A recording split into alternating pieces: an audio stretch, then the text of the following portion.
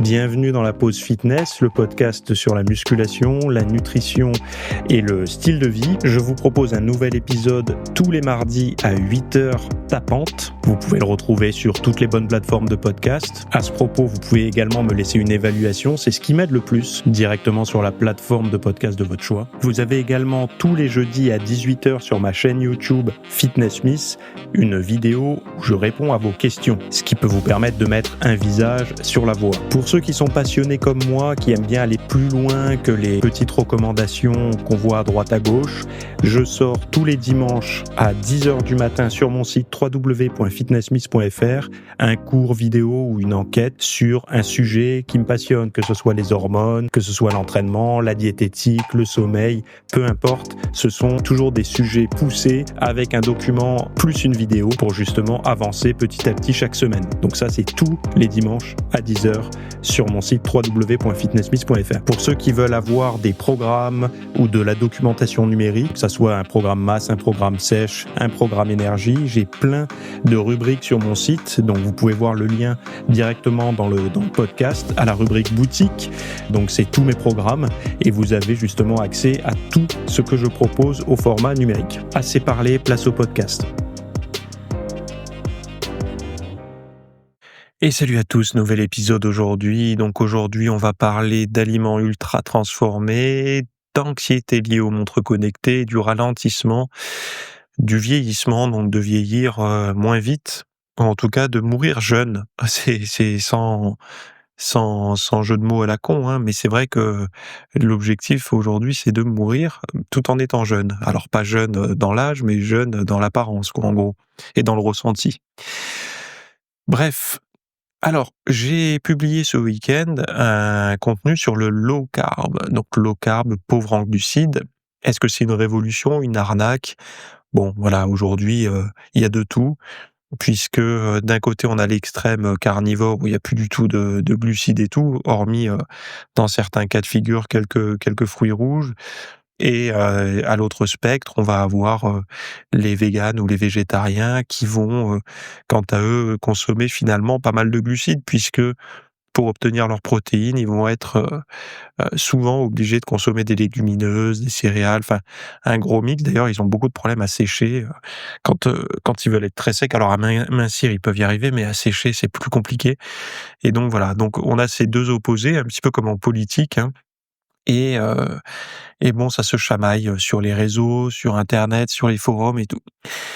Bon, moi, ça m'intéresse pas trop ce genre de débat. Je préfère aller voir ce que dit, la littérature scientifique, les experts et tout, pour me faire un avis, pour enquêter en fait, parce que l'avis d'une personne qui me dit que depuis qu'il est végane ou qu'il est en diète carnivore, il voit la vie sous un autre, alors je vais l'écouter, hein, je vais écouter son témoignage, mais je vais pas baser toute ma compréhension des choses sur ce genre de cas et malheureusement, il y en a beaucoup qui font ça, qui vont pas trop regarder, le pourquoi du comment et c'est le travail que j'ai fait pour vous, au moins sur le régime low carb, en tout cas. Je suis allé voir si le régime low carb, c'est des succès garantis déjà chez tout le monde. Ou échec assuré d'ailleurs, hein, voilà. Je suis allé voir aussi, la comparaison entre le low carb versus le low fat, donc le pauvre en glucides contre le pauvre en graisse et c'est lequel qui fait le fondre le plus de graisse. Je suis allé voir également, qu'est-ce qu'on disait vraiment sur le gras? Est-ce que enfin sur le gras alimentaire, hein, qu'est-ce qu'il en est dit aujourd'hui? Et pas ce qu'il en était dit il y a 10 ans, 15 ans et puis au-delà, vous avez déjà la réponse.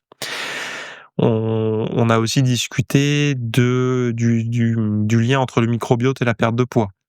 On a aussi parlé de pourquoi il y en a qui, quand ils font un régime low carb, ça marche très bien et d'autres, ça stagne. Et j'explique, j'ai trouvé les réponses et je vous explique pourquoi. Enfin, voilà, tout c'est, et d'ailleurs la science a pas mal de retard par rapport, parfois, à certains pratiquants de sport ou de régime et ce qui ne veut pas dire qu'il faut écouter, les non scientifiques, mais c'est juste pour montrer que parfois, des choses qui étaient bro science deviennent science avec le temps. Alors je dis bien parfois, n'allez pas dire tout le temps. Mais voilà quoi. Donc l'enquête est disponible, hein, tu peux aller la voir, elle est dans les notes du podcast.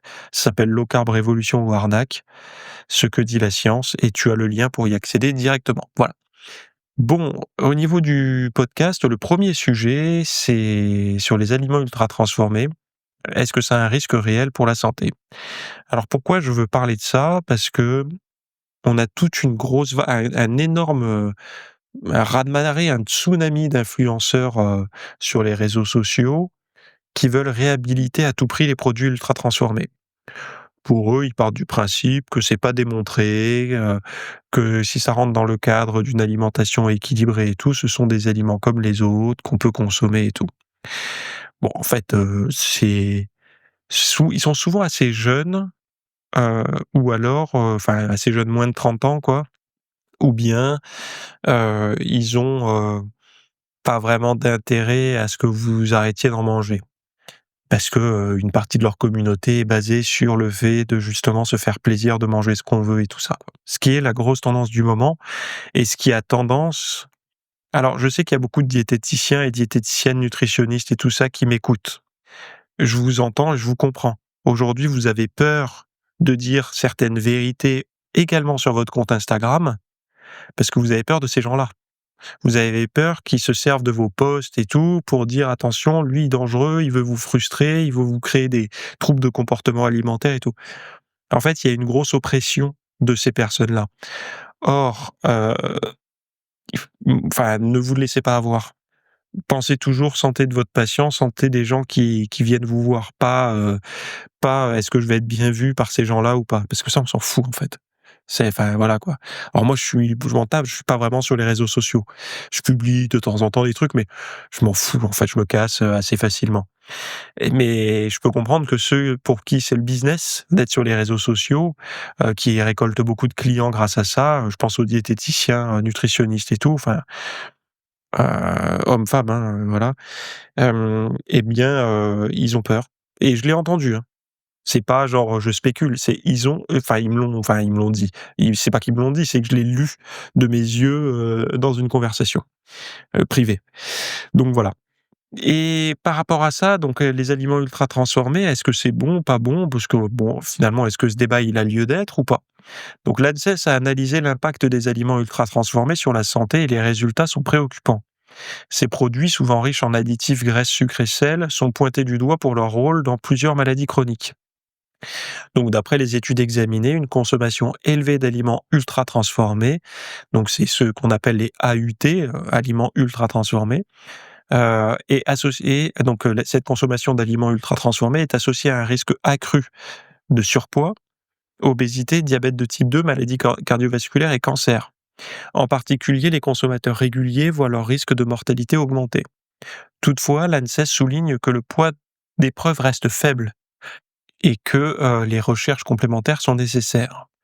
La première chose, c'est que en fonction de qui vous êtes, de qui on de votre public et tout, on va pas se concentrer sur la même chose par rapport à ce retour. C'est-à-dire que moi, personnellement, qui suis plus, dans un objectif de prévention, de prévenir plutôt que guérir, je vais plutôt avoir tendance à véhiculer le message d'éviter les aliments ultra transformés. Parce que je suis convaincu que si l'homme a pu tenir jusqu'à aujourd'hui sans en manger, bah, tant mieux. Et 2 parce que les études que je peux lire, ce genre de retour, a tendance plutôt à m'indiquer que l'avenir sera fait d'études qui montrera que c'est pas vraiment bon. Ça manque de preuves, mais en fait, on cherche à accumuler des preuves plus qu'à trouver, les preuves du contraire. Et si vous êtes de l'autre côté du spectre, c'est-à-dire des gens qui vous recommandent plutôt de manger de tout, qui peu importe ce qu'on mange. Une fois, j'ai même eu quelqu'un qui me disait, finalement, à quoi bon faire une diète puisqu'aujourd'hui il y a ça qui est bon, demain ça sera pas bon, puis après mais bon, tout ça, ça restait dans le c'est les gens qui veulent rester dans l'alimentation plaisir, quoi. Et ben, si vous êtes de l'autre côté du spectre, c'est-à-dire de gens qui vous recommandent de tout manger, vous allez vous concentrer sur le résultat qui est le poids des preuves reste faible. Donc en fait, chacun trouvera des arguments pour appuyer ses dires. Moi les miens et les autres les leurs. Après, faites très attention à une chose, c'est qu'aujourd'hui, sur les réseaux sociaux, de faire des contenus de qualité ne marche plus. C'est-à-dire que si vous faites des contenus en expliquant heu, des choses qui fonctionnent ou des choses, vraiment, pointues et de qualité. En termes d'audience, ça ne fonctionne pas. Donc si vous voulez faire de l'audience, par exemple, faut pas faire ça. Par contre, ce qui cartonne depuis 2, 3 ans, ce sont les contenus clivants. Clivant, ça veut dire quoi? Ça veut dire vous prenez un individu, une phrase, un morceau de ce qu'il a dit et vous le critiquez. Ça va être vu. Ou alors, vous allez à l'inverse. Si par exemple votre domaine c'est la diététique, vous allez à l'inverse de ce que disent tous les autres diététiciens et majoritairement, vous allez aussi dans le sens de ce que souhaiterait entendre le public. Donc en gros, ça donne quoi? Ça veut dire manger des aliments ultra transformés. Pourquoi? Parce que les gens aiment ça, globalement, hein, manger du jambon, j'ai vu maintenant même du jambon de légumineuses et tout, les gens qui en font la promotion. Bon bref, des Kinder, des Pépito, je sais pas, du pain blanc, enfin toutes ces choses-là, heu et finalement, c'est pas mauvais pour votre santé. Alors si vous véhiculez ces 2 messages-là, vous pouvez être sûr que votre compteur d'abonnés va monter.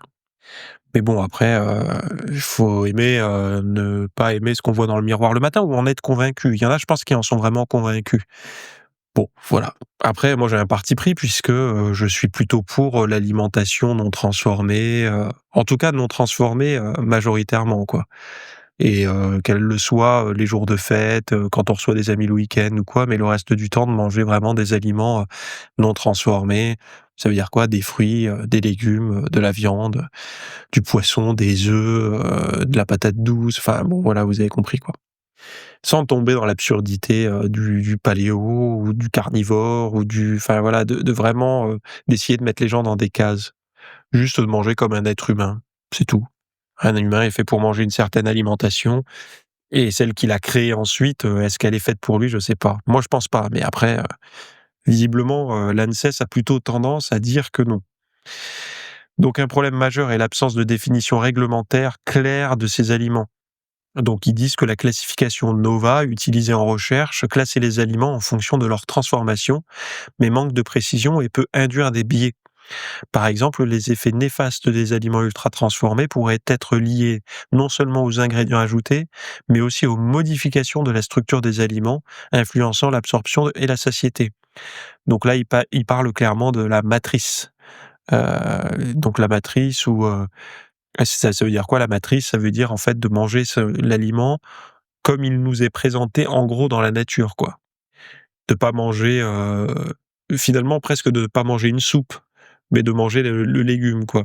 De ne pas manger, heu, un cordon bleu, jambon, machin, chose, mais plutôt de manger, un morceau de fromage et un morceau de viande. Admettons, hein, je vous dis les choses comme ça. Le but, c'est d'avoir, la matrice complète de l'aliment. Après, il faut bien se dire aussi qu'on n'a pas enfin, l'industrie, nous, on voit que on voit notre santé. Mais il y a une économie derrière tout ça, hein, et si vous vous mettez à dire que tous les aliments enfin, majoritairement, regardez dans les rayons de supermarché, vous aurez plus d'ultra transformés que d'aliments bruts, hein. Donc, si du jour au lendemain, on se met à dire que ces aliments sont pas bons pour la santé, mais vous imaginez le gros bazar. Comment les industriels peuvent se retourner face à ça? Parce que c'est pas, genre des semaines, d'adaptation qu'ils ont dû avoir pour, mettre ces produits-là dans le c'est des années, des décennies que ces aliments, peuplent et puis de recherche, de développement pour que ça soit bon au goût, que ça tienne dans le temps, que l'image de la publicité soit la même que l'image dans l'assiette et tout. Tout ça, ça demande de l'énergie, du budget et tout et ils vont pas être contents si on du jour au lendemain, on met une petite tête de mort sur leurs produits. Alors moi, je vais loin, hein, je pousse le truc exprès pour être un peu provoque, mais en gros, heu, vous savez, il y a quelqu'un, un médecin là, qui d'ailleurs est pas apprécié par tout le monde. Moi, c'est pas mon pote et c'est pas non plus, je dis pas que j'écoute tout ce qu'il dit parce que quand il sort un peu de son domaine, je me rends compte que bon, c'est le diabétologue, Réginald Lalouche. Quand il parle de certaines choses, il est pertinent, on sent que c'est son travail, quoi et il expliquait, par rapport au sucre, que s'il devait sortir aujourd'hui, s'il devait y avoir une mise sur le marché du sucre aujourd'hui, il aurait jamais les autorisations. Parce qu'en fait, il y a trop d'études qui disent que ça crée des problèmes. Sauf qu'on peut pas le retirer parce qu'aujourd'hui, il est trop présent Et c'est pour ça, moi, souvent, je dis: «J'ai rien contre les industriels». Les industriels sont là pour être des industries, c'est-à-dire de produire, de faire du profit, de gagner de la thune. Bon, ils sont pas là pour mettre les gens en santé. Donc c'est enfin, par contre, le consommateur après, je pense que la part de responsabilité du consommateur, elle est un peu, minimisée. Heu, Moi, j'ai réussi à perdre du poids, non pas parce que, je suis tombé sur les bons paquets de légumes et tout ça. Par hasard, j'ai trébuché dans un Picard ou quoi sur, du blanc de poulet, des haricots verts et tout. C'est pas comme ça que c'est passé. Ce qui s'est passé, c'est que, j'ai pris moi-même la décision de reprendre le pouvoir sur ce que je mettais dans mon assiette. C'est-à-dire qu'au lieu de me laisser aller à ce qu'on me suggérait, c'est-à-dire en fait, en gros, d'être la prostituée, de ces aliments-là. C'est-à-dire, c'est eux qui décidaient pour moi puisque ces aliments, on sait qu'ils sont faits pour déclencher l'envie d'y retourner. Et ben non. J'ai décidé de reprendre ma liberté et de dire: «Ben, en fait, j'ai plutôt envie de manger des choses qui vont nourrir mes cellules correctement, quoi». Et c'est comme ça que j'ai réussi à sortir de ça parce que moi, j'étais très friand de tous ces aliments, hein. Je vous le dis honnêtement, moi, ça y allait, hein, pâtes carbo, lasagne surgelée, tous ces trucs-là, c'était, au moins quotidien, pendant les de mes 18 à 22 ans, quoi. Enfin, une forme de ce genre de choses et souvent les plus bas prix, hein, puisque début de carrière professionnelle, on a et 1er appartement et tout à 18 ans, donc j'avais pas forcément beaucoup de budget. Donc c'était low cost, high fat, high carb. C'était voilà et low prot. Bref, ralentir le vieillissement naturellement. Alors, tout ce dont je viens de parler là, vous avez un rapport de l'ANSES. Alors, n'allez pas voir leur petit article de quelques lignes, il y a tout le rapport en PDF qui est bien plus concret, en bas de l'article, hein. Donc, ralentir le vieillissement naturellement, il y a une étude menée en Suisse qui montre que les oméga 3 ralentissent le vieillissement biologique jusqu'à 4 mois. Et si c'est associé à la vitamine D et à des exercices simples, leur effet est encore plus marqué. Donc l'expérience a suivi 777 personnes de plus de 70 ans pendant 3 ans et les participants prenaient quotidiennement 1 gramme d'oméga 3 et 2000 unités, donc UI là, de vitamine D. Et certaines personnes donc faisaient 30 minutes de renforcement musculaire 3 fois par semaine. Les chercheurs ont mesuré le vieillissement grâce à des horloges épigénétiques, un outil qui analyse les modifications de l'ADN liées à l'âge. Et au niveau des résultats, les oméga 3 ralentissent le vieillissement et leur effet est amplifié par la vitamine D et le sport. Ces conclusions confirment une étude précédente où ce trio réduisait le risque de cancer et de fragilité précoce. L'étude présente toutefois des limites. Elle a été menée uniquement sur des Suisses. Alors, je ne sais pas si je dois rire quand j'entends ça, mais et le vieillissement biologique n'a pas encore de standard universel de mesure. Les chercheurs prévoient d'élargir l'étude à d'autres pays européens. Pourquoi je, pourquoi je rigole? Parce qu'en fait, ça a été mené uniquement sur des Suisses, quoi. C'est-à-dire que la frontière crée, alors attention, je suis conscient que quand vous vivez dans un pays, votre génétique, tout ça, à une latitude, à une certaine région du monde, vous pouvez ne pas avoir les mêmes gènes. C'est-à-dire que quand ils disent les Suisses, ça veut pas dire qu'ils sont différents des Belges, des Français ou des Italiens. Alors je pense pas que ce soit de ça qu'ils parlent ou des Allemands. Mais par contre, ils vont peut-être différer, des populations, qui vivent, à l'extrême nord ou à l'extrême sud. Parce que là, il peut y avoir des différences génétiques concrètes liées au climat, et cetera, quoi. Mais, quand je elle a été menée uniquement sur des Suisses. C'est comme si le Suisse avait, une génétique, très différente de ses voisins directs, quoi. C'est bon, voilà, ça me fait rire moi, mais vous, ça se trouve, vous avez même pas levé le coin de la bouche. Heu, En fait, ce que ça dit encore une fois ça, c'est que alors les oméga 3, ils en ce moment, c'est pareil, hein, ils ont un peu, ils prennent quelques béquilles, à temps partiel et parce que les oméga 3 quand ils sont arrivés sur le marché, c'était vraiment la révolution. Attention, on a trouvé l'acide gras essentiel qui va, sauver le monde, la planète, les individus, leur cœur et baisser leur cholestérol et tout.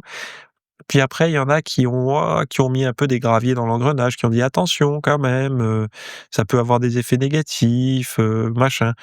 Puis bon, globalement, il y en a qui ont beau tirer à balles réelles sur les oméga 3, globalement, je dis bien, hein, chez les individus les bien portants et tout, même chez certains qui sont pas trop en bonne santé, les oméga 3, enfin d'avoir une alimentation plutôt riche en oméga 3 est plutôt bonne.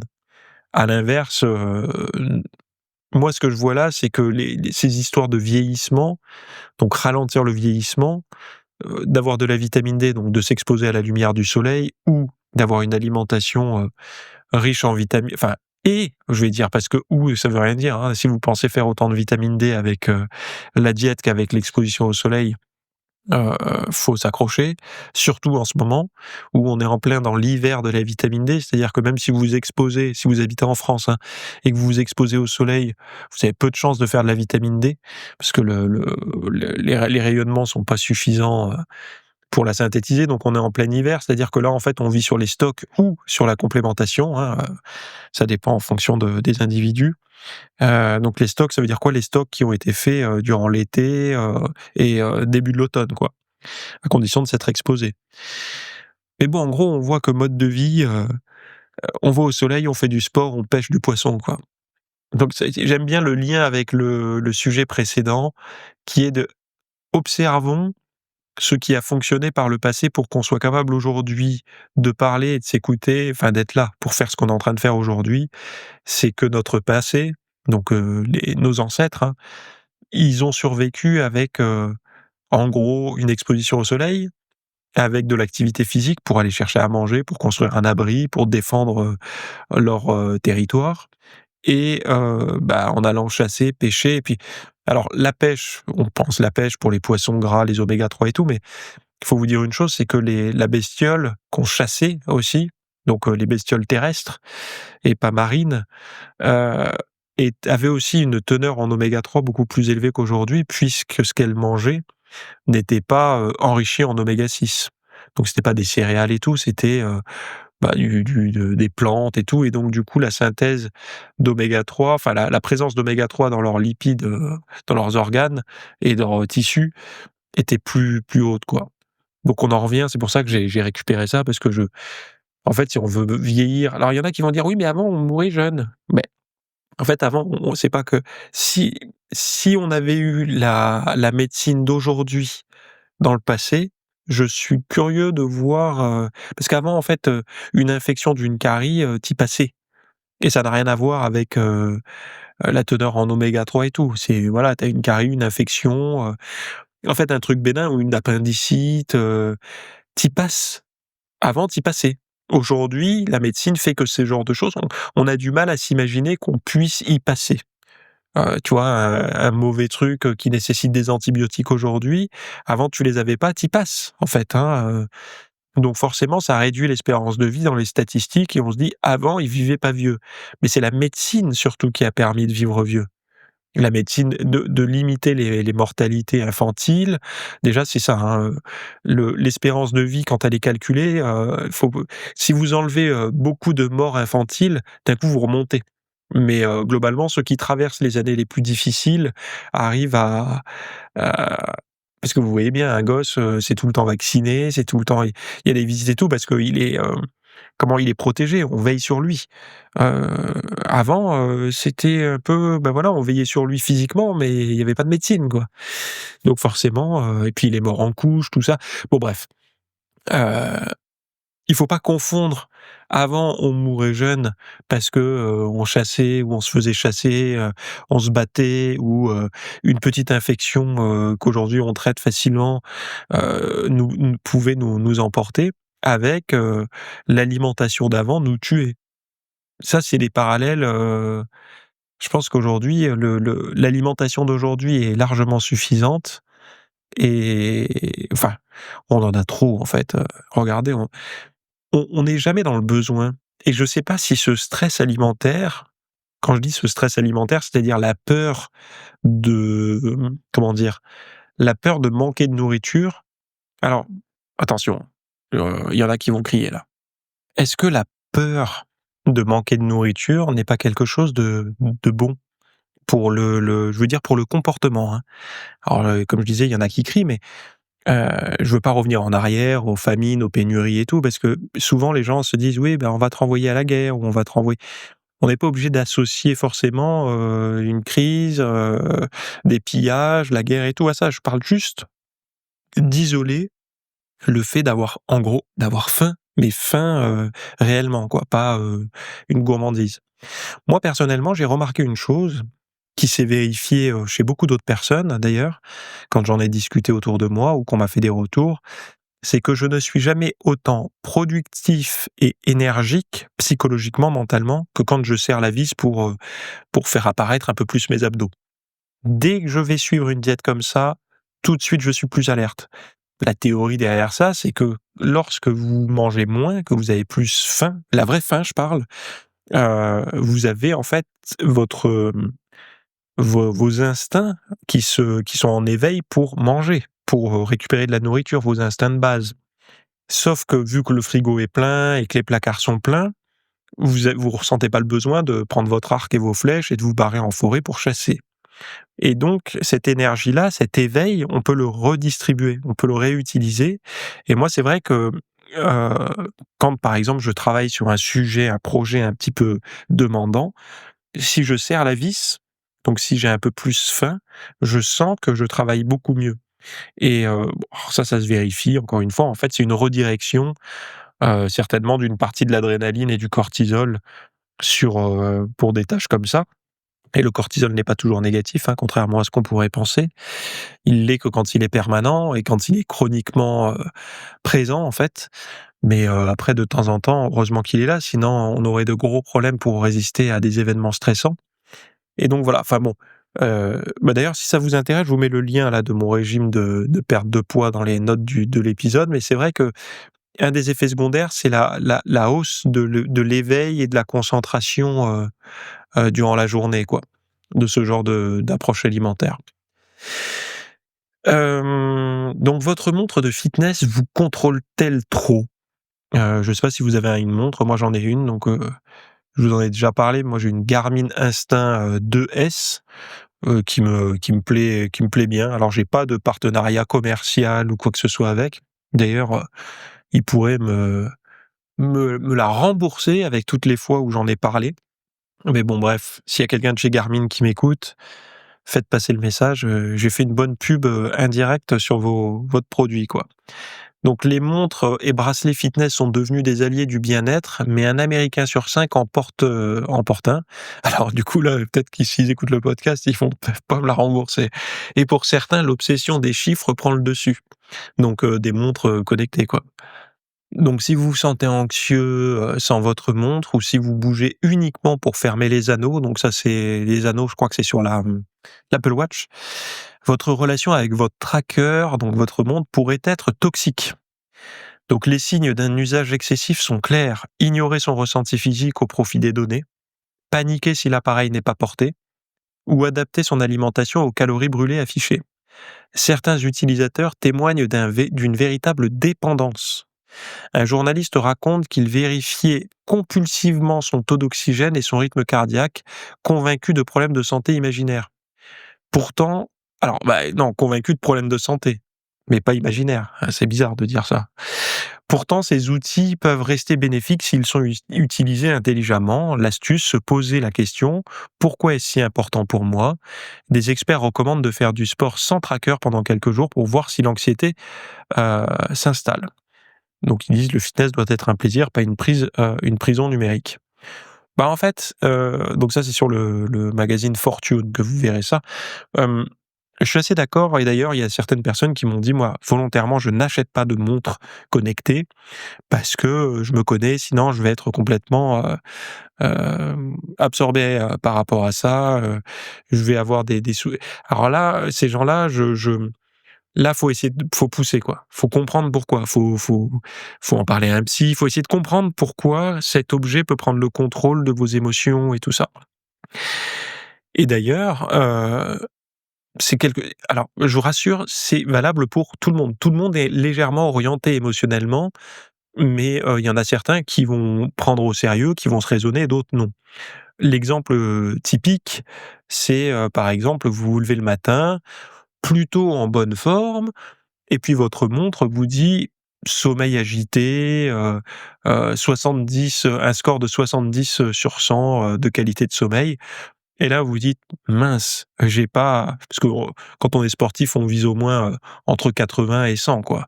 Mais en dessous de 80, c'est médiocre, si enfin voilà.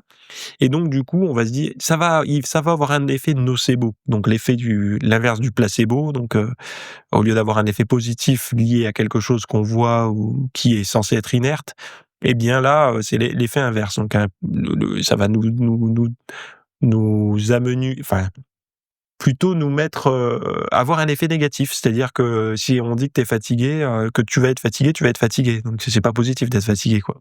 Nous nuire, voilà. Et la personne s'est pas levée en mauvaise forme, mais le fait de voir qu'elle a mal dormi sur la montre, elle va dire: «Ah mais c'est normal, c'est parce que j'ai mal dormi si je suis plus en colère aujourd'hui» ou «C'est normal que je craque plus souvent sur du sucré parce que j'ai mal dormi. C'est normal que je saute ma séance de sport parce que j'ai mal dormi». Mais en fait, à la base, elle ressentait pas, le besoin de de de justifier, une mauvaise nuit de sommeil. Elle se sentait plutôt bien. Et c'est pareil, en fait, pour des tas de petites choses. Le poids sur la balance aussi, ça marche bien. Les gens qui montent sur la balance, alors ils se sentent bien, ventre plat et tout le matin, ils montent sur la balance, ils voient qu'ils ont pas perdu durant la semaine passée. Oh là là, bah, alors là, ils se trouvent, ou voire pire, qu'ils ont pris un peu le week-end parce qu'ils ont fait de la rétention d'eau à cause d'une pizza ou d'un truc comme ça. Donc fondamentalement, ils ont pas pris de gras, hein, mais ils ont fait un peu de rétention d'eau. Donc ils montent sur la balance, ils pèsent un peu plus lourd et là, voilà, ils vont complètement orienter leur diète, ils vont pas être bien et tout. Et en fait, moi je suis assez d'accord, ça si vous avez une relation vraiment comme ça avec votre montre ou vos objets connectés, vos objets de biofeedback, heu, en fait, si l'objet qui est censé vous alléger la souffrance, l'augmente, c'est pas bon. C'est pas bon. Une montre, moi, la montre connectée, alors moi, celle que j'ai là maintenant, j'en ai une que je porte en permanence parce qu'elle a une longue autonomie. Celle que j'avais avant, elle avait une moins bonne autonomie. Parfois, je la mettais à charger, puis je l'oubliais, quoi. Et puis, quand quand j'ai pas d'objectif de progression dans un domaine, je m'en sers pas. C'est-à-dire qu'en ce moment, je m'en sers parce que je cherche à augmenter, ma VO2 max. Donc, je traque mes entraînements, de HIIT et de cardio basse intensité et tout, et mes entraînements de muscu, tout pour justement quel est le maximum de données pour voir si ma VO2 augmente. Et d'ailleurs, j'ai encore gagné un point ce week-end, donc plutôt content, c'est toujours agréable. Et donc voilà, c'est pour avoir en fait une progression, suivre quelque chose. Mais si toutes vos journées sont plus ou moins les mêmes, bon, ou que vous voulez progresser par exemple en masse musculaire, la montre, c'est surtout des appareils cardio, hein, c'est pas des appareils pour la muscu, heu, très intéressants, quoi. Mais c'est vrai quand ça devient, compulsif de vérifier son taux d'oxygène, son rythme cardiaque, surtout le taux d'oxygène, vous avez une respiration un peu courte, devant l'écran, ça vous faites un test d'oxygène, vous voyez que c'est un peu bas, vous faites, des inspirations un peu à la Wim Hof pendant 1 minute, vous verrez que le truc il va remonter à 98-99 voire 100 quoi, le SpO2 là. Et donc c'est très aléatoire, donc voilà. Après si vous êtes un hypocondriaque de nature, c'est pas la montre qui va vous guérir, par contre, c'est une thérapie, faut en parler ça, hein, c'est pas après il faut peut-être que vous acceptez, pour vous c'est tolérable de vivre avec ça, mais il y a possibilité d'essayer de faire avancer le truc, quoi, hein. Alors, il y en a qui essayent. Je dis pas que ça disparaît, je dis que ça peut s'alléger. Les anxiétés comme ça, je suis bien placé pour le savoir, ça ne disparaît pas, mais on peut alléger sa souffrance ou ses peines ou ses pour que quelque chose qui était émotionnellement devienne, moins émotionnel en fait, qu'il y ait plus de raison sur l'émotion, quoi. Parce que en fait, que ça soit plus que de l'émotion pure ou brute. Parce que ça, c'est le pire.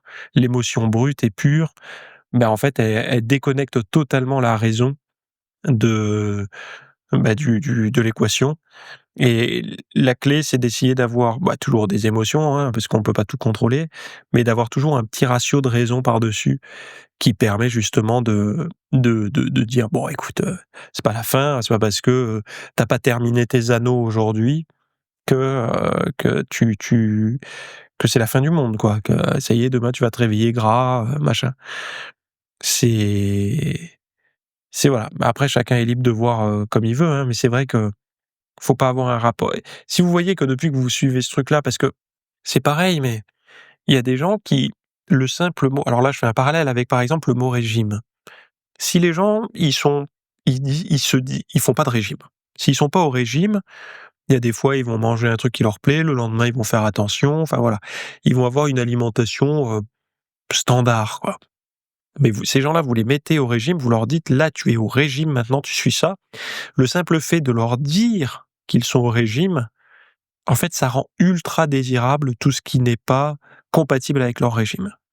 Donc ils vont avoir envie de plus par exemple, moi je l'avais vu sur des gens, heu, quand on essayait de faire une diète très pauvre en glucides, et de se couper de l'appétence pour le goût sucré, je recommandais, essayer d'éviter les fruits, même de les supprimer pendant, quelque temps et de bien sûr de manger des légumes et tout pour avoir, les fibres, les vitamines et tout, mais de couper les fruits et en fait, c'était une personne qui mangeait jamais de fruits, hein, mais jamais, hein, parce qu'avant son sucre, c'était le sucre dans le café, le sucre des gâteaux, les sodas et tout, l'ail et tout pas, mais le goût sucré vraiment très prononcé et souvent provenant d'aliments ultra transformés. Et ben, au bout de quelque temps, elle s'est mise à désirer les fruits, alors qu'elle en mangeait jamais, jamais, jamais.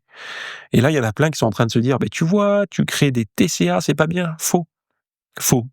Pourquoi? Parce qu'en fait, cette personne, en sortie de son régime, évidemment, elle a pu remanger à sa faim, les aliments, machin. Et ben, sur quoi elle s'est tournée quand elle a eu envie de sucre?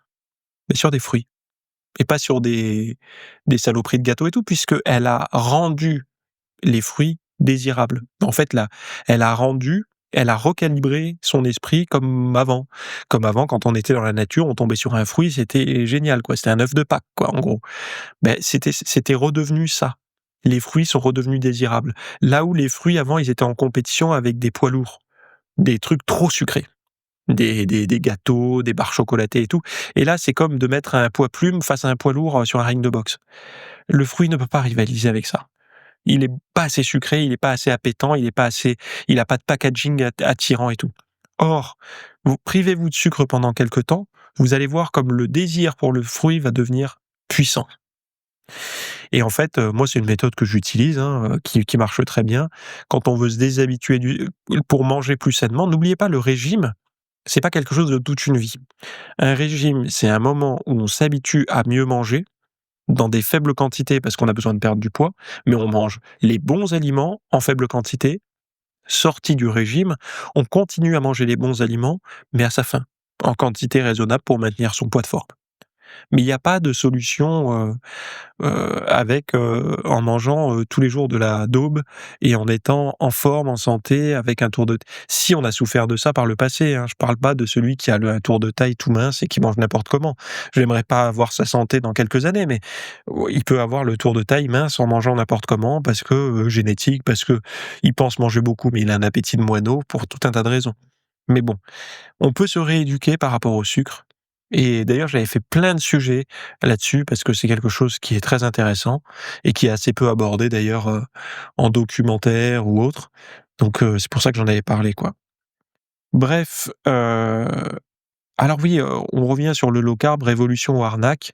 Donc allez voir mon enquête, hein, où on voit, où on parle de tout ça. Donc je vous le mets en note d'épisode et puis sinon, je vous souhaite à toutes et à tous une très bonne semaine, heu et on se retrouve, très rapidement pour un nouvel épisode. Bye bye.